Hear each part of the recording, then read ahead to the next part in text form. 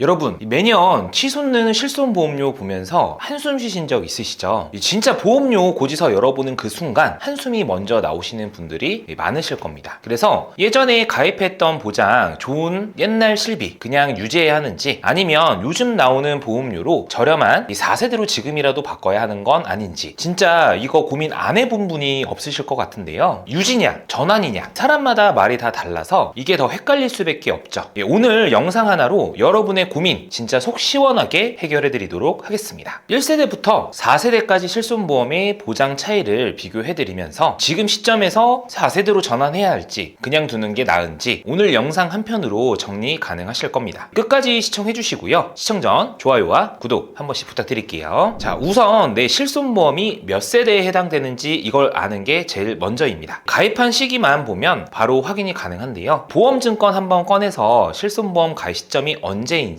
내가 몇 세대이구나, 이거부터 체크하시면 되겠습니다. 1세대 실손은 2009년 9월 30일까지 가입한 분들이 해당됩니다. 이때 약관이 회사마다 다 달랐기 때문에 누구는 1억, 누구는 5천만 원 한도로 한도가 다 다릅니다. 중요한 건 약관이 다르더라도 그 시절 실손은 지금 실손보다 월등히 좋았다는 점인데요. 먼저 자기부담금이 0원이었습니다. 예를 들어 의료비가 5천만 원 나왔다. 그럼 그 5천만 원 전부를 돌려받을 수 있었던 거죠. 그리고 특약 중 일반 상해 의료비를 가입하신 분이라면 땡 잡았다라는 소리 많이 들으셨을 거예요. 이 특약이 뭐냐면 업무상 재해, 그러니까 산재 같은 것도 커버가 가능하고, 여기에 자동차 사고로 다쳤을 때도 합의 여부 상관없이 50%를 추가 보장해줬습니다. 이 웬만한 의료비는 진짜 실손 하나로 충분했던 시절, 그 시절 실손보험이 바로 1세대를 말하는 겁니다. 다만 여기서 큰 단점은 역시 보험료일 건데요. 자료에 보면 40대 남자가 1세대 실손을 가입했었을 때 보험료가 38,237원 정도였는데, 이게 60세가 되면서 약 25만원, 70세에는 약 66만원까지 인상될 거라는 추정치가 있습니다. 가뜩이나 경제활동이 줄어드는 70세에 실손 보험료로만 한 달에 66만원, 그 이상씩 나간다고 한다면 진짜 이거 유지하기 쉽지 않겠죠. 이 자료를 보면 69세까지는 실손보험 가입률이 66.3%를 그대로 유지하다가 70세에는 26.5%, 80세에는 1.1%로 뚝 떨어지는 걸 볼 수 있습니다. 결국 보험료가 문제라는 거죠. 보험료가 왜 이렇게 비싸지느냐? 먼저 판매가 중단됐기 때문이에요.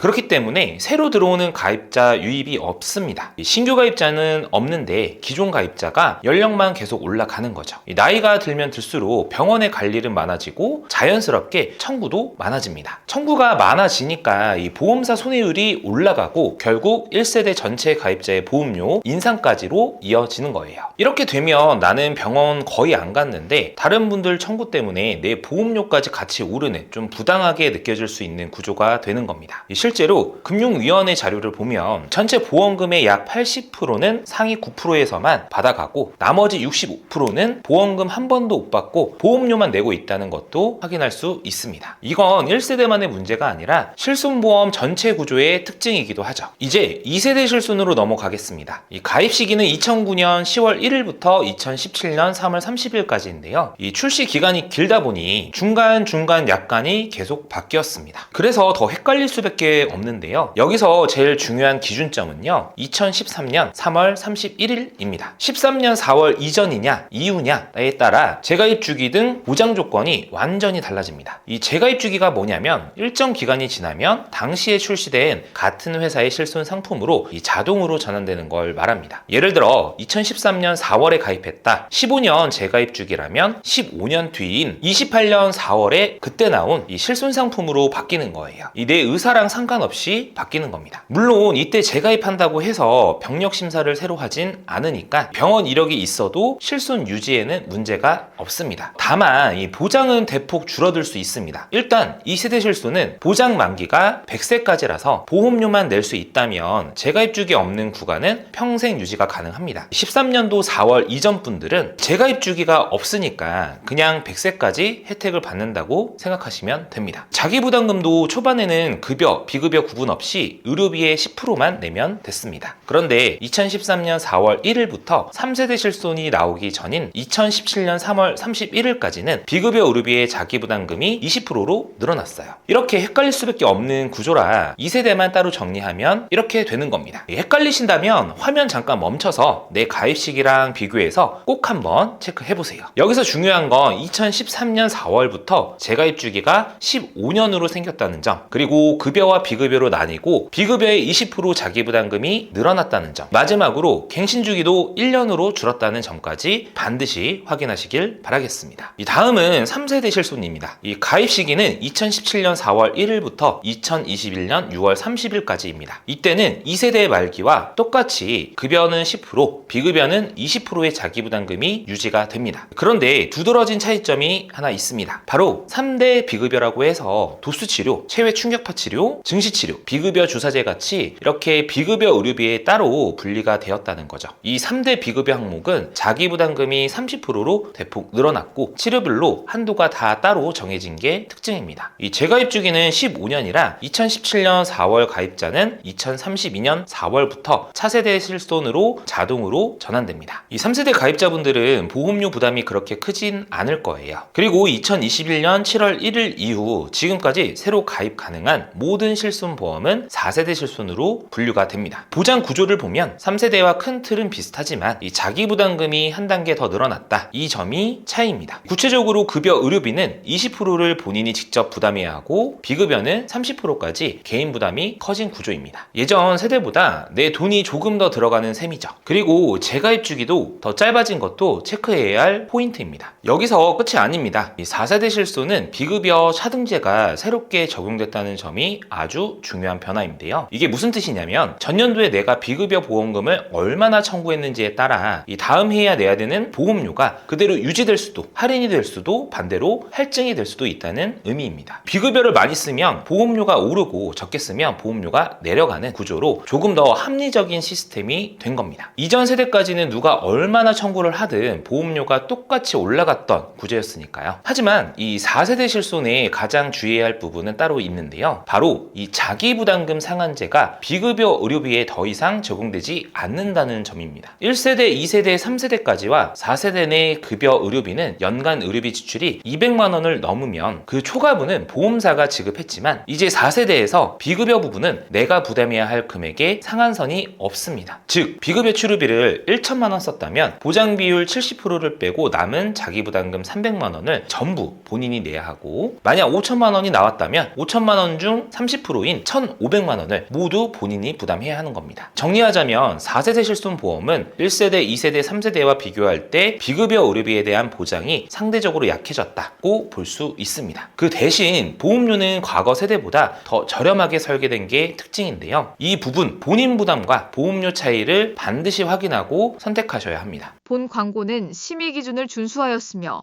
유효기간은 심의일로부터 1년입니다.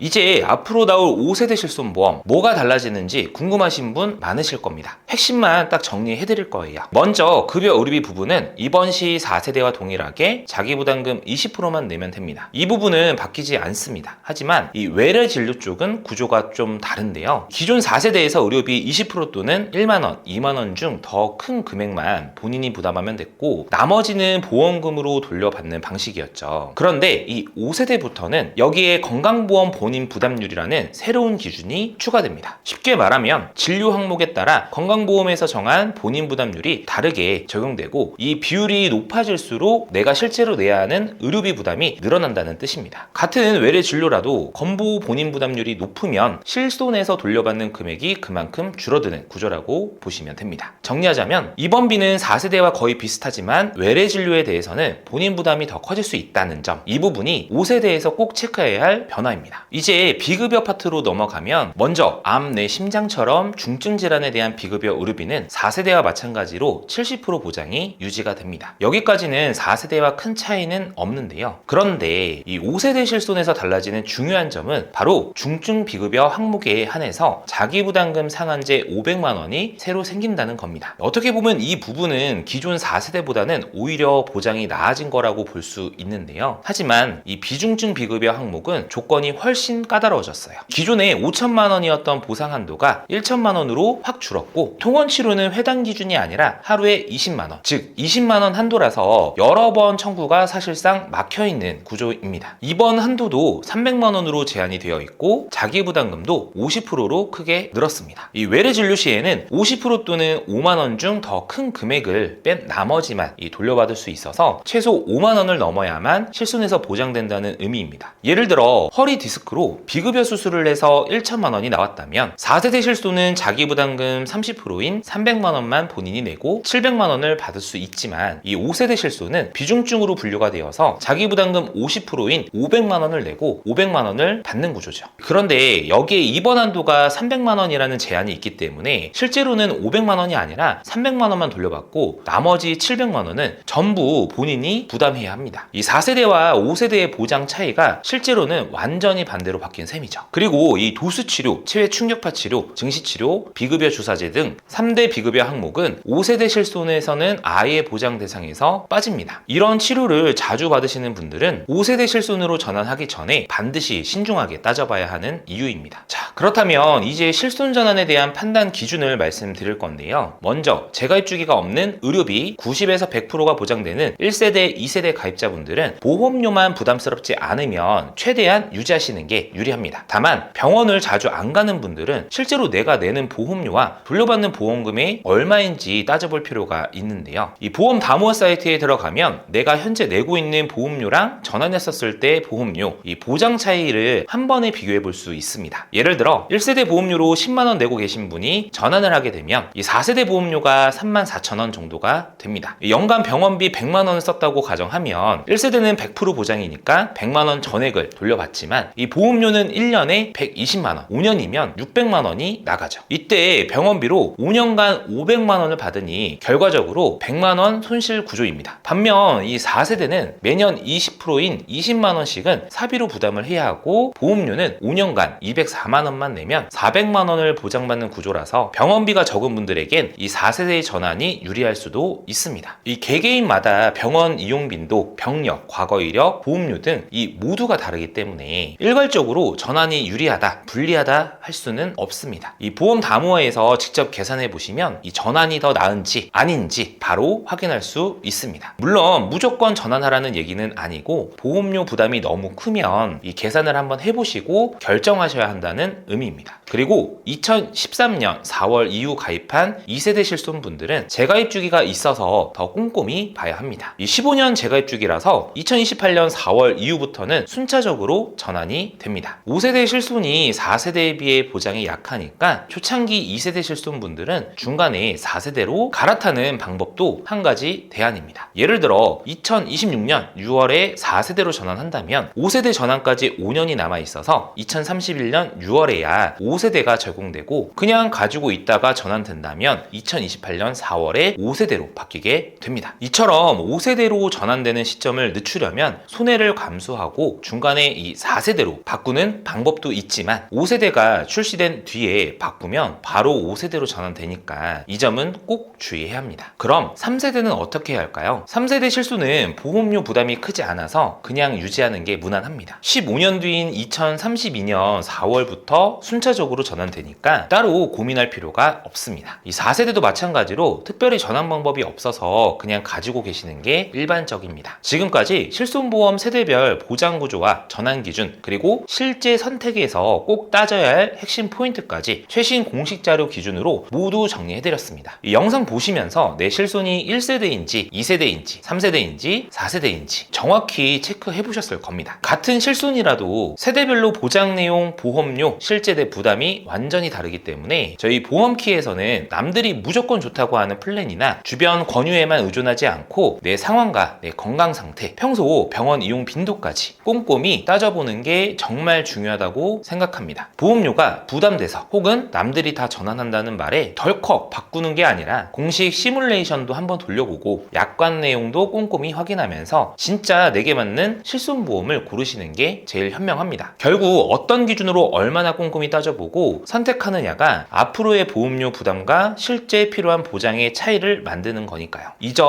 꼭 한번 더 기억해 주시기를 바라겠고요. 저희 보험키는 이 불필요한 보험료의 부담을 줄이고 최소한의 보험으로 최대한의 든든함을 느끼실 수 있도록 32개의 보험회사의 객관적인 통계 자료를 분석해서 한 분 한 분 상황에 맞춘 합리적인 설계를 보장부터 청구 관리까지 도와드리고 있는데요. 언제라도 기존 보험에 대한 분석이나 내 보험에 궁금한 점이 있으시다면 전화나 카톡 주시면 되겠습니다. 오늘도 이해하기 힘든 보험 조금이라도 열리셨다면 구독과 좋아요 부탁드리고요. 끝까지 시청해주셔서 감사합니다.